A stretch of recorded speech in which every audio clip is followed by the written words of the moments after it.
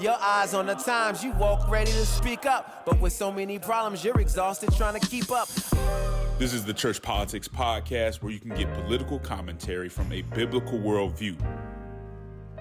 We're not trying to be conservative or progressive. We're trying to be Christian in the public square.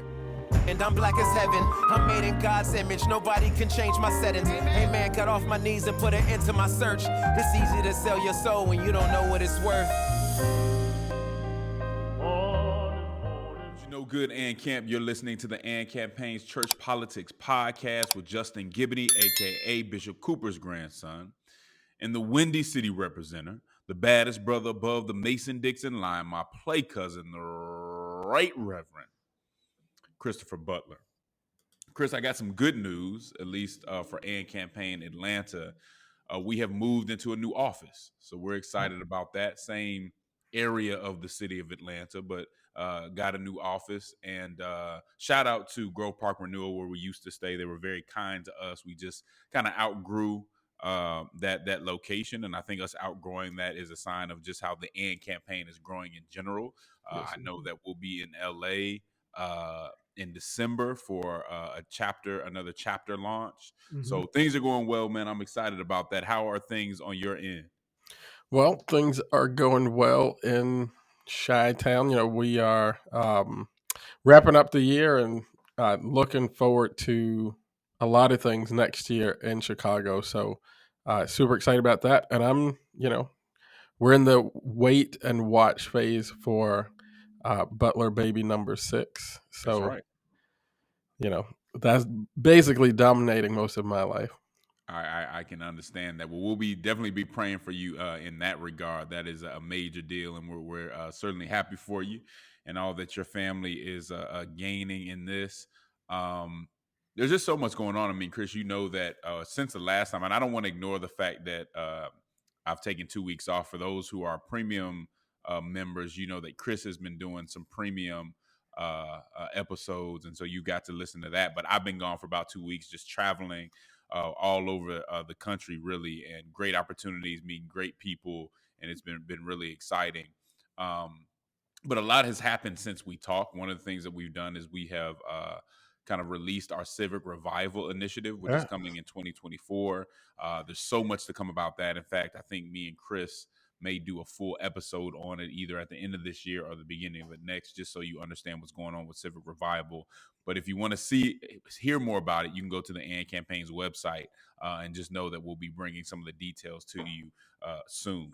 But Chris, I saw something, and on this podcast, we readily admit we're not huge Trump fans, but I saw something that he said that was kind of funny and kind of fit the moment and what a lot of people are thinking, I think on both sides of the aisle. So Trump, and I believe this was on Twitter or X, whatever you want to call it now. Trump said this. He said, I hope we never find life on another planet, because if we do, there's no doubt that the United States will start sending them money. And that is a sentiment that I've heard from a lot of people, again, both right and left, about what things that are going on. Any thoughts on that tweet, Chris? I mean, I just heard it this morning. It's hilarious. And if there's anything serious to note from it, Democrats should take note that that Trump is getting himself back into shape for the campaign. He is. I mean, to use levity to address that was a pretty good jab. I think he made a good point and did it pretty effectively. So we'll see where that goes. But yeah, I thought that was funny. I mean, when it comes to our foreign policy and the way that we spend money, I think there's a lot of questions there, and maybe even time from some sort of paradigm shift. The crazy part of it is Cardi B, the rapper Cardi B, recently came out and said something similar. She said, she's not going to endorse any presidential candidate, that she had a problem with the fact that New York City was making cuts in education, making cuts in policing and some other areas, while at the same time we say that we have money to fight, 2 different wars and all this other stuff. So it's a point that a lot of people are making, and I think folks need to pay attention to. Yeah. As I mentioned earlier, Chris, you've been doing some premium episodes on Patreon.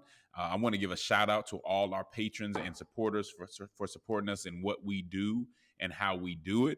Again, if you are on Patreon, if you give on patreon.com/churchpolitics, you can get premium episodes. So we do these, regular episodes, and then we'll do premium episodes almost once a week for the folks who are subscribers to that.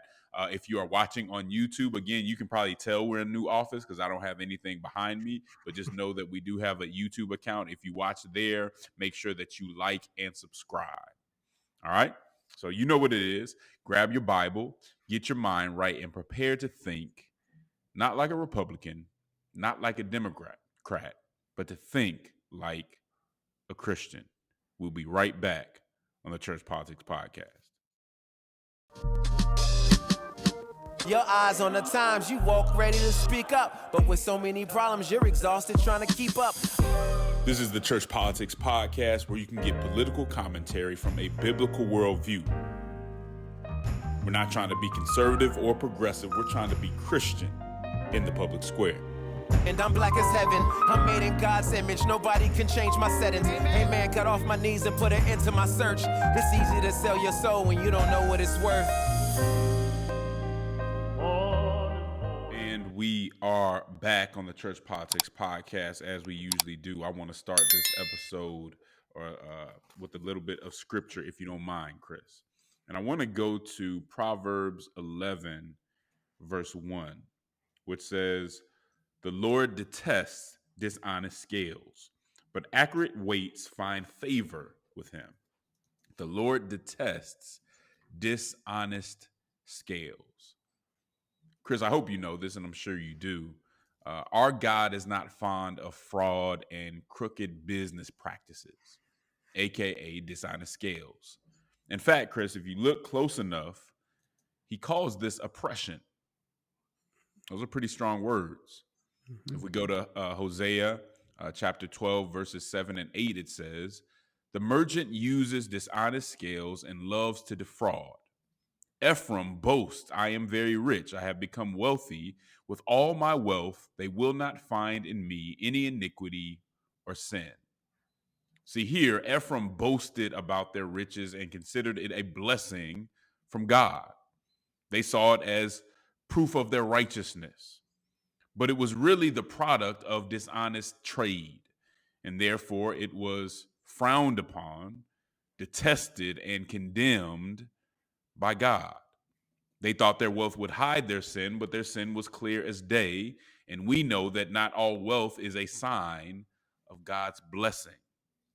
You see, Chris, God pays attention to our business practices. If we're using dishonest scales, if we're overcharging people, misrepresenting material facts, or taking advantage of consumers, just out there finessing people, then we're considered oppressive. God has a problem with that. And as we discussed a few weeks ago, Chris, according to Feeding America, 44 million people in the U.S. suffer from food insecurity. That is about 13% of American households. 1 out of 5 children are food insecure. Yet, we have food producers who apparently are playing with prices in very illegal ways. According to the website Law 360, an Illinois federal jury found the nation's 2 largest egg producers and 2 industry groups liable for conspiring to conflate egg prices through coordinated supply restrictions. That is an antitrust violation. More specifically, their price fixing scheme included exporting millions of eggs overseas to drive up U.S. prices around Thanksgiving and Easter.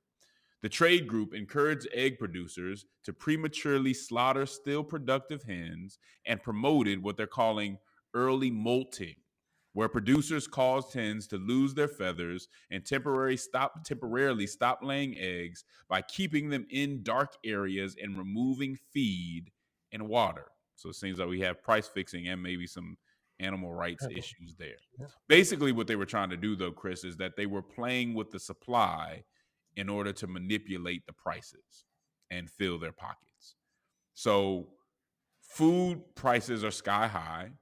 which presents a very serious problem for a lot of families. This is not abstract. This is not theoretical for a lot of people. We know this is serious business when you have to make decisions on whether you're going to eat or do other things.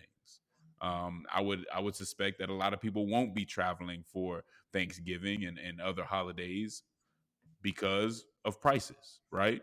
Yeah. So we have this problem, yet we have people coming up with schemes to artificially make prices even higher than they are.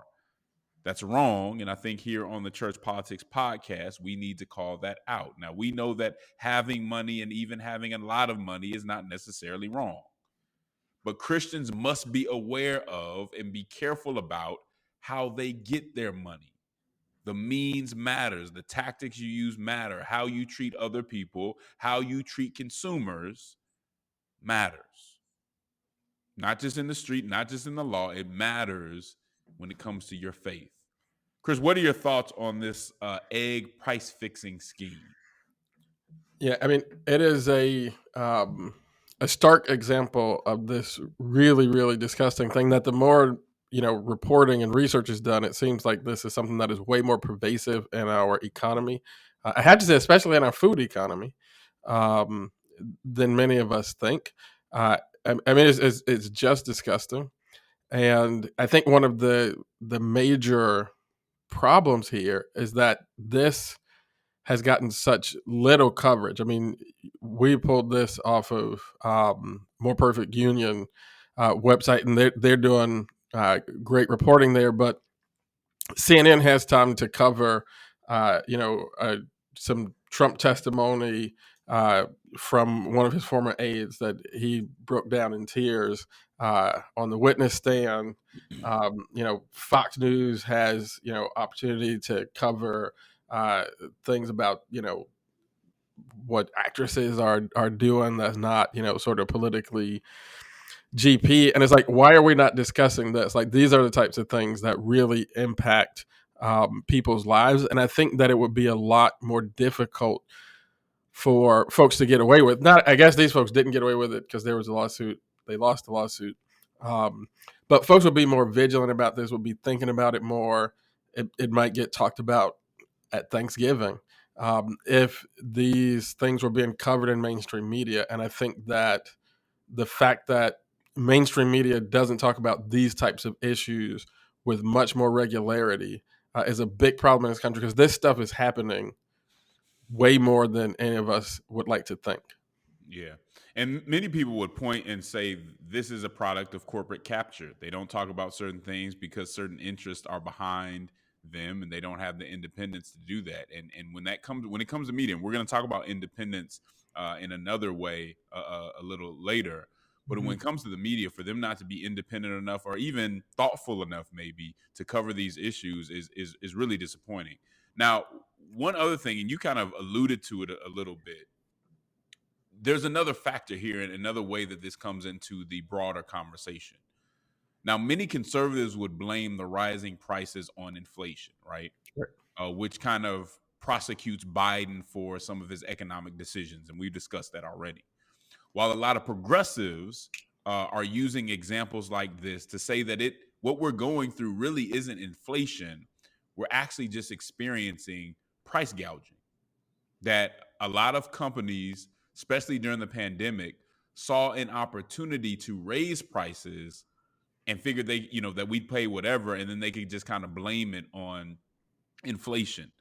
Now, to be clear, and I want to be clear on this, what the egg companies were doing was more than price gouging, right? They conspired to and broke the law. They broke antitrust laws, right? Price gouging and price fixing aren't the same thing, right? They're not necessarily the same. And one thing I think we have to realize when we talk about price gouging, because it does happen, is price gouging is kind of hard to define, right? When do we determine that a company's prices aren't just high, that they actually constitute outright gouging, right? That's not an easy line to draw. Because to some extent, price gouging is a subjective concept, right? It's relative to the market. It's relative to a lot of other factors. And states even have different laws on price gouging. And according to my understanding, some states don't have any laws on the issue at all. According to Waylon Wong of NPR, in some states, retailers are allowed to pass on wholesalers' costs, and in other states, they're not. It's kind of a random patchwork of guidance that uses words like exorbitant, excessive, and unconscionable with regard to pricing without defining what those terms actually mean. So the law is not very clear on what constitutes price gouging. And I think it would be hard to draw a very clear line on what that means, especially when you have so many different markets, so many different factors that have an impact on it. But at the end of the day, there are instances where people are looking at things and raising prices to an unreasonable level just because they think people will have to pay for it. And I think that's wrong. Any thoughts on the price fixing versus price gouging and the definition thereof? Yeah, I think, two things. Like, they're certainly not the same thing.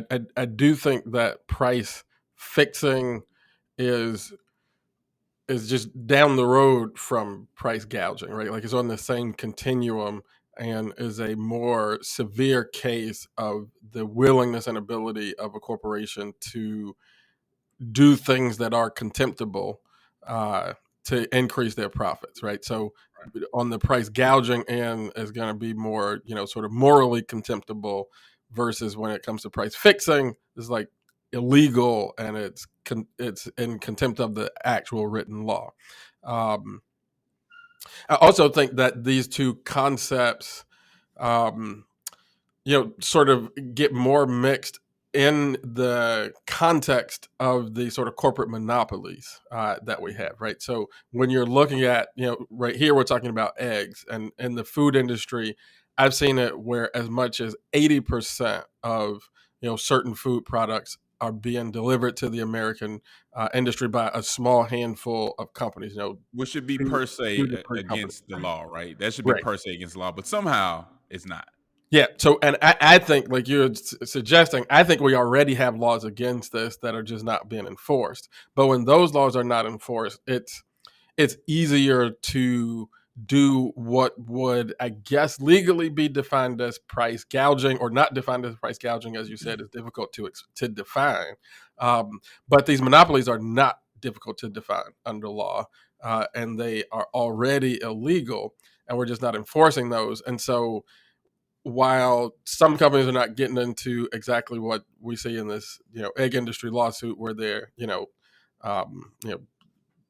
messing with the chickens and sending eggs overseas, there's still this sort of bad milieu of immoral and illegal activity that is taking place, and the net effect is that prices are going up on consumers. Right.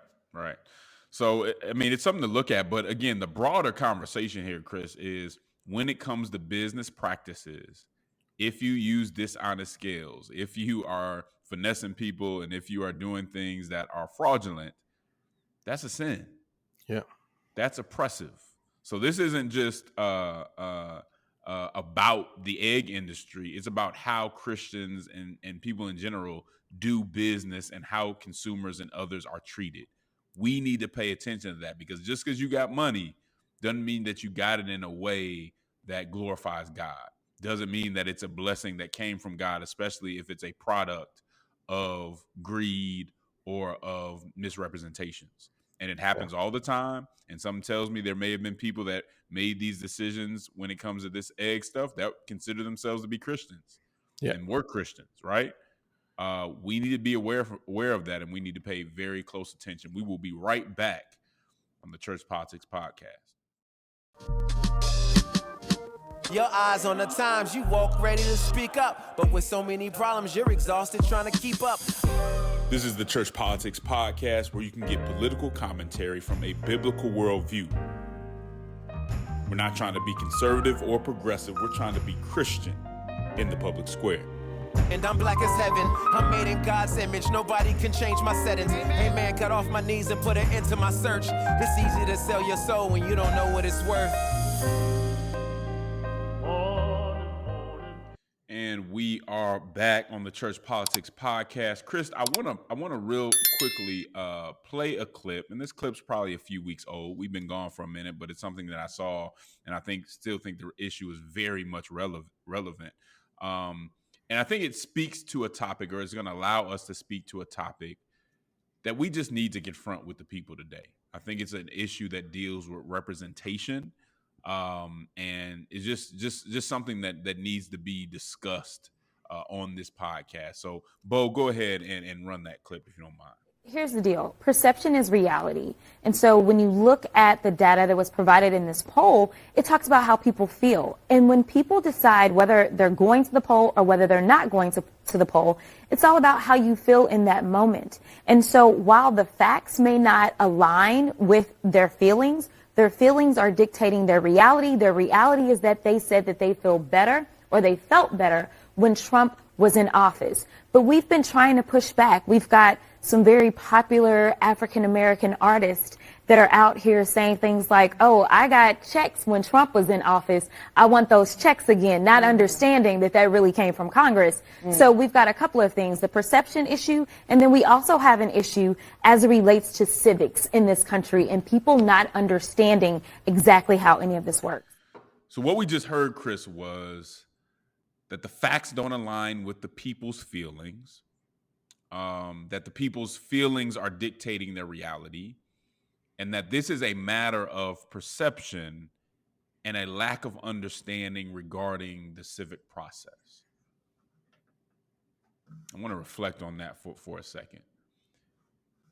In other words, and you can correct me if I'm wrong, Chris, the majority of Americans who don't think that this administration has done just an outstanding job aren't smart enough to understand how great things really are. That's what I'm hearing. So the food prices are just a perception. Mm-hmm. Paying over 40% of their income on housing is just perception. Sending billions of dollars overseas while people suffer on the domestic front is just perception and civic illiteracy. That's what I'm hearing. So the first thing I want to confront this on two fronts. The first thing I want to say is this is a terrible approach when it comes to the Democratic Party. If this is going to be their approach, if this is going to be their line of argument that we're awesome, you're just too stupid to see it, then they might as well pack it up. That's just not a winning message, Chris. I think that's a terrible message. Number two, I want to address the messenger on this, and not really the messenger being Representative Jasmine Crockett personally. I don't know her personally. I'm not trying to condemn her. This really isn't about her. It's about a broader issue of what we are messengers and representatives of. And I really want to get into how parties send certain messengers out there really to play themselves in tough situations. So what happens is if big news breaks or a big poll comes out and it doesn't look good for a certain party, what parties want to do is they want to get out ahead of the news cycle and they want to be able to spin the conversation their way. And the Democratic Party, really both parties, are able to send people with a certain profile and with a certain identity out there because they think that type of person can get the message across more effectively, or it reaches the demographic that they're targeting. Obviously, they think Representative Crockett is an effective communicator, and I get that. What I want to focus on, though, Chris, is how we have to be careful about how people use our voice, use our profile, and use our identity. Because on both sides of the aisle, they'll send people out there really to defend the indefensible. Here, we have this sister calling out the people, basically calling the people civically illiterate and overly emotional for partisan purposes. In my opinion, Chris, and you may disagree with this is when partisanship goes wrong, right? You have this situation where you have an up and coming leader, right, trying to make a name for themselves. They get an opportunity that they're called up. It's one of those put me in the ball game coach situations, right? Mm-hmm. Where they have to address an issue. They see a messenger who might be able to address it effectively. They give them talking points. But when you read those talking points and listen to the message that they're putting you out there to send, I think we have to have a little more discernment in how we do that, because that's not a message I think anybody's constituency would appreciate them being the one to relay. Yeah. Right. I mean, we gotta be careful about that kind of thing. And let's be honest, she's up and coming. This is when a party calls you to do something like that, it's a major opportunity. There was a time in my life, if given that opportunity, I might have been doing the same thing. So again, this is not about condemnation. It's not just about calling anybody out personally, but it's about the situation. And when we're trying to come up in a certain industry, when we're trying to come up in leadership, not every opportunity is a good opportunity. Not every time they use you as the face of a certain message or the face of a certain platform are they helping you or sending you to do something that is dignified and respectable. And I think this is one of those instances. Yeah. Now, Chris, 2 Corinthians 5:20 says, we are therefore Christ's ambassadors, as though God were making his appeal through us. For Christians, and I don't know where the representatives is on this, but I'm saying for Christians, we are ambassadors of Christ. We are representatives of Christ. He uses us, which means we have to be very careful about how we let other people use us and the messages we let other people use us to send. Don't let partisans, business executives, organizational leaders, or anybody else send you off. Don't let them send you out there to just say anything. And you may want to be put into the game. You may want to jump off the porch and get an opportunity to show them what you have. And there's nothing wrong with that in general. But you got to watch what messages you let them folks put in your mouth. And again, this is an example, a political example. But the same thing can happen in corporate America. The same thing can happen in a lot of other areas. And so I think for Christians in general, especially when we have some ambition, and ambition isn't always bad, but we have to be careful how we allow people to use that ambition and sometimes exploit that ambition, because this particular instance was a bad look. And it's not the first time it's happened. It's not the last time it's happened. It's not a situation Chris and I couldn't have found ourselves in. But I think it's worth pointing out that it's something that should be avoided, especially when the message isn't one that I think is dignified or that really serves the people. Go ahead, Chris. What are your thoughts?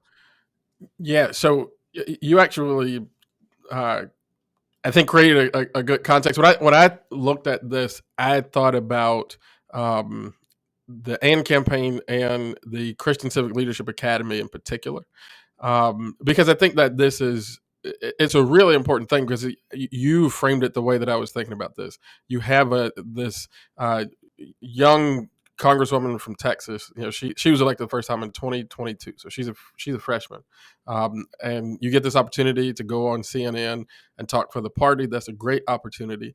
That folks who are trying to come up in the party, you really want that type of thing. And actually had the job of coordinating African American surrogates for a high profile white candidate when Bill Daley ran for mayor here in Chicago. And so this whole thing made me think about the importance of training people to not only be that leader, right, to be that congresswoman who might get called upon by a party, but also to be in some of those chairs inside of campaigns and inside of party apparatus, who might be coordinating some of those things, and might at that step be able to vet some of the talking points and say, hey, maybe there's a different way to approach this, because I mean, this is what the party has to do. It's what the party is supposed to do. When stuff is coming out, you got to get out there and spin it, right? Like, that's the job. And the person, whoever is coordinating those surrogates, that's their job, is to find somebody who can go on CNN and deliver the talking points, right? But is there somebody there who can, with a little bit more wisdom, righteousness, integrity, and discernment, help craft talking points that will, move the ball for the party, but not compromise the integrity of the surrogate? Because I think over the long term, that's bad for everybody.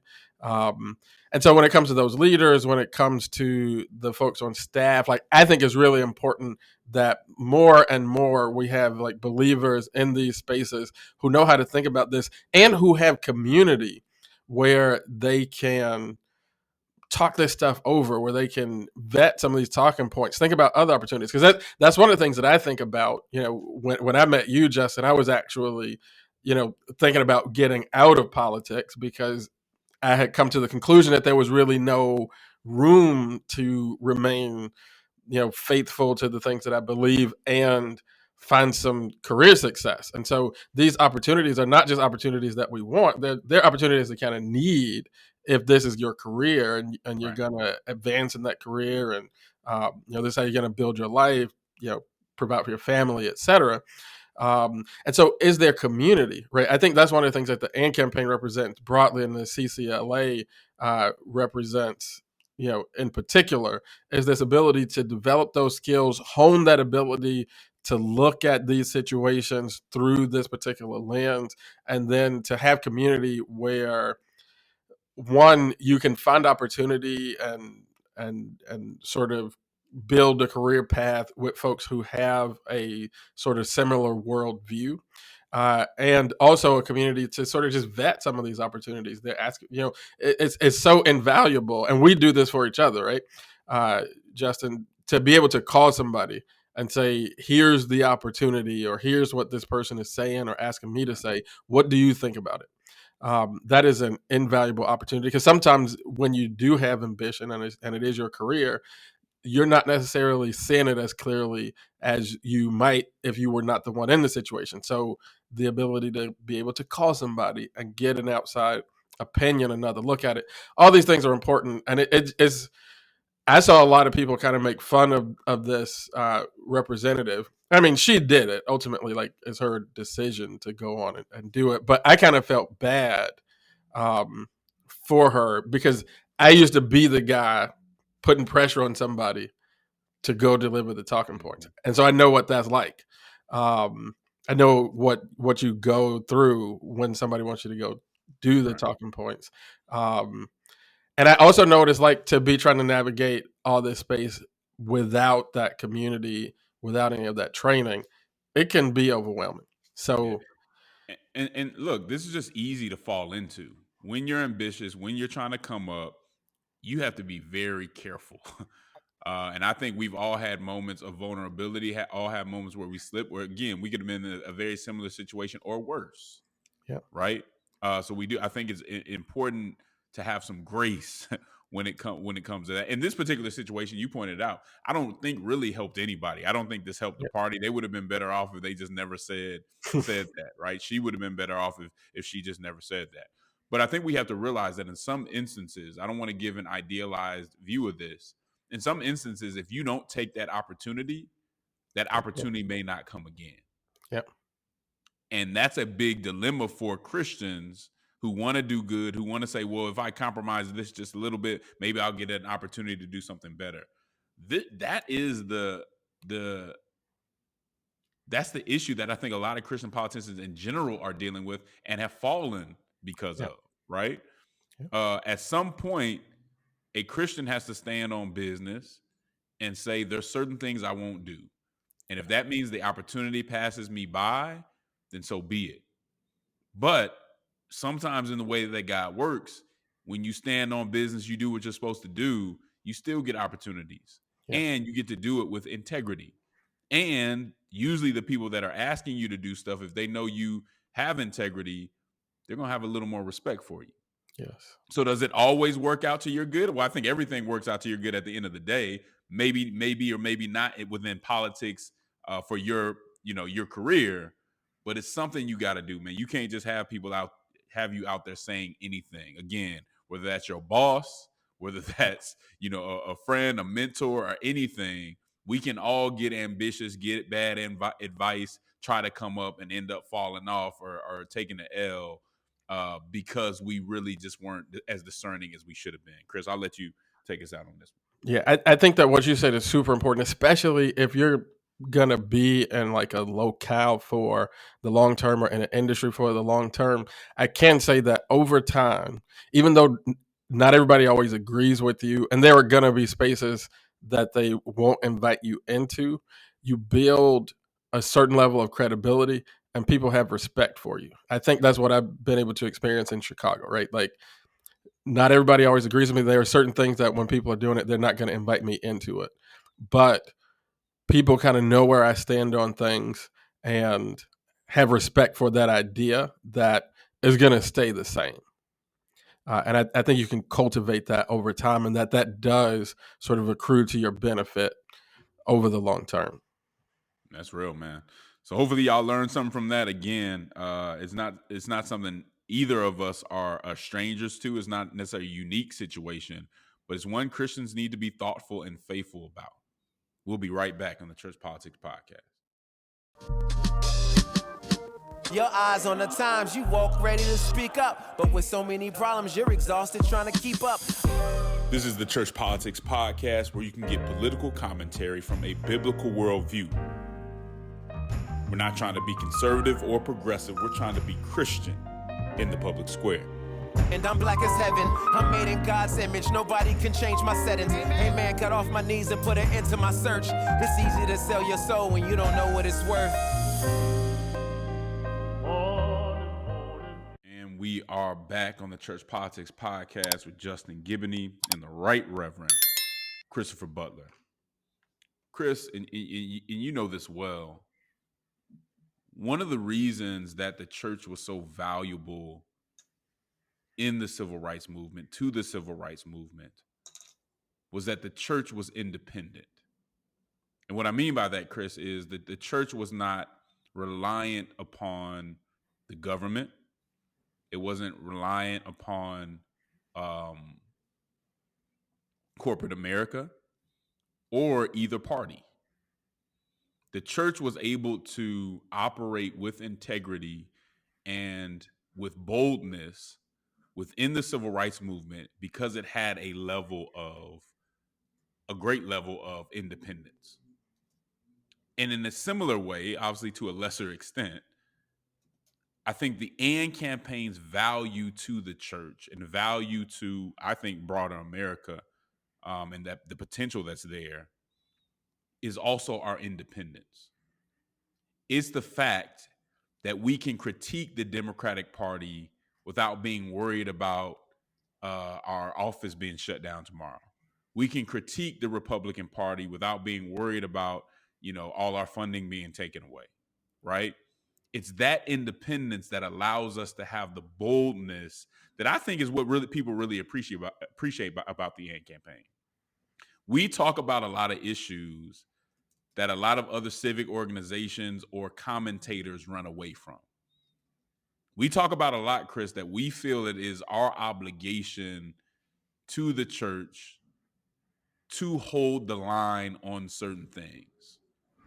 That regardless of who's talking about it or what the consequences may be, the AND campaign has committed to saying we will be faithful on these issues, because even if nobody else is talking about it, we were sent here to have that conversation with compassion and conviction, right? So there's a lot of issues that we touch on that we wouldn't be able to otherwise. And historically, for a lot of civic organizations in general, but a lot of African-American civic organizations, we've seen them compromise the integrity of the organization because their money was tied up in people who had ideological agendas. Because their money was tied up with groups and organizations that push them to do something they wouldn't otherwise do, or push them to say something they wouldn't otherwise say. We have committed to never be in that position, to say, you know what, if we got to close down and shut it down, we've gained trust from churches and faith leaders all over the country because over time, we have proven that we are going to maintain our integrity, and we've walked away from tables with money on the table because we were not going to compromise that. Are we the only ones doing that? That's not the point. I'm not saying we're the only ones doing that or that we're completely perfect, but we don't accept money with ideological strings attached to it or that would push us towards doing something or saying something we wouldn't otherwise do or say. If you appreciate the way that the AND campaign does that, if you understand that it's our independence that allows us to do that, I hope you also understand that we need you to give, to keep this going, to make sure that we can continue to grow, continue to build chapters, to get our message out and market our message even more. Most of you who listen to the AND campaign or the Church Politics Podcast don't listen to the Church Politics Podcast because you heard all this marketing. It's really been word of mouth. And that works to a certain extent, but then it comes a time where you got to grow and you got to get the message out to even more people. We will maintain our independence. We will maintain our integrity. The question is, will we continue to have the resources to grow and to spread that even further? And in order to do that, if you appreciate how we get down, if you appreciate the boldness and the independence, then we need you to be a part of this conversation.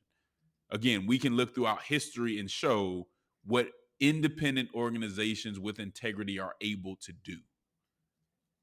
We've, in creating the AND campaign and looking at how we actually were to be funded and executing it, this was part of the plan to maintain that independence, and we need you to do it. Any thoughts on that, Chris? Yeah, I mean, we when I was learning organizing, we used to really stress to community organizations, to churches and other institutions that what gives you your power and your independence is three things. Number one, you got to have your own money. Number two, you got to have your own people, and number three, you got to teach your own values. So if you are completely dependent upon somebody else's money or some source of money that doesn't come from people who are a part of your organization aligned with your values, then you've compromised your power. If you're dependent on people to do the things that you need to do, to write your letters, show up at your events, do whatever is the thing that you do, if you got to get somebody else to bring their people to fill your room, you're in a bad spot. And two, if you've got to send your folks somewhere else to learn their values, then you're in a bad spot, because if that other place stops teaching those values or changes the values that they are going to teach, then you're going to be in a bad spot. And so I look at AND in much the same way. We want to continue to grow. We want to continue to be independent. In order to do that, we've got to have a strong base of financial resources that comes from the AND camp, right? Like folks who value what we do, who are aligned with what we're trying to accomplish. That's where our money's got to come from. Not only do we need people to give, we need people to show up. You mentioned earlier about the Civic Revival Tour and the broader Civic Revival. As we engage in this, I mean, this is going to be as good as, the folks who support the AND campaign make it, in terms of learning what we're about to try to do and, putting your hand to the plow to do it. And then all of that enables us to continue to do the podcast, produce the newsletter, all the other content and the books, the trainings, everything that we do. That's all teaching the values. And we don't ever want to have to depend on somebody else to do that. Like, we need to be able to continue to produce these things so that that voice can be out there and available to folks. So I really hope that in this time that people do step up to give. And I always remind people, even back to my organizing days, every little bit counts and every little bit helps, right? There are enough of us that if each of us does what we can, we're going to be more than fine. Yeah. And I hope we've shown you. I mean, I've talked to so many people who say the AND campaign has given them hope that there's another way to go about this. If that's the case, join the movement and help us grow. The fact of the matter is, if we would change our views on racial justice, if we would change our views on abortion or change our views on sexual ethics, a lot of doors would open. Mm-hmm. I don't think any of this would be a problem if we were willing to do that. We're not willing to do that. And we know that all money is not good money. So let me thank those of you who have donated to the AND campaign, who've been doing it for a long time. Thank you. For those who of you considered or would give if you had it, we greatly appreciate you. But we need more of you to join this movement for it to expand. I think we punch up. I think we accomplish a lot more than people who have double and triple the budget that we have, right? Yeah. But we need you because we want to grow and we appreciate what you've done. Big gifts, small gifts, all appreciated. But this is a movement. This is something that we really think can change not only how the church does politics, but really can impact the flourishing of this country and beyond. And I don't think we've ever done a segment like this, but Giving Tuesday is coming up, and we want to make sure that the AND campaign is in mind when you think about who you're going to give to and how much you're going to give. We appreciate you listening, but we want more of you to kind of join this movement and really get involved. Anything else to add to that, Chris? No, I mean, I think that, we have it out there. This is certainly a season where folks are going to be expressing thanks and then giving, like you mentioned, Giving Tuesday. So I just hope people really feel all of the love. And you just ran it down, Justin. But we really, really appreciate every bit of support that we've gotten so far. We're so thankful. And, just encourage you to the extent that you can to keep supporting what we do. We appreciate y'all, man. Y'all know what it is, and camp. There's a cross that neither political conservatism nor progressivism is fit to bear. There's a civic hearing in need of faithful witnesses who love social justice and won't surrender the truth to be loved by the world. Politic with the boldness and compassion of Jesus Christ. Until next time, and camp. We'll holla at you.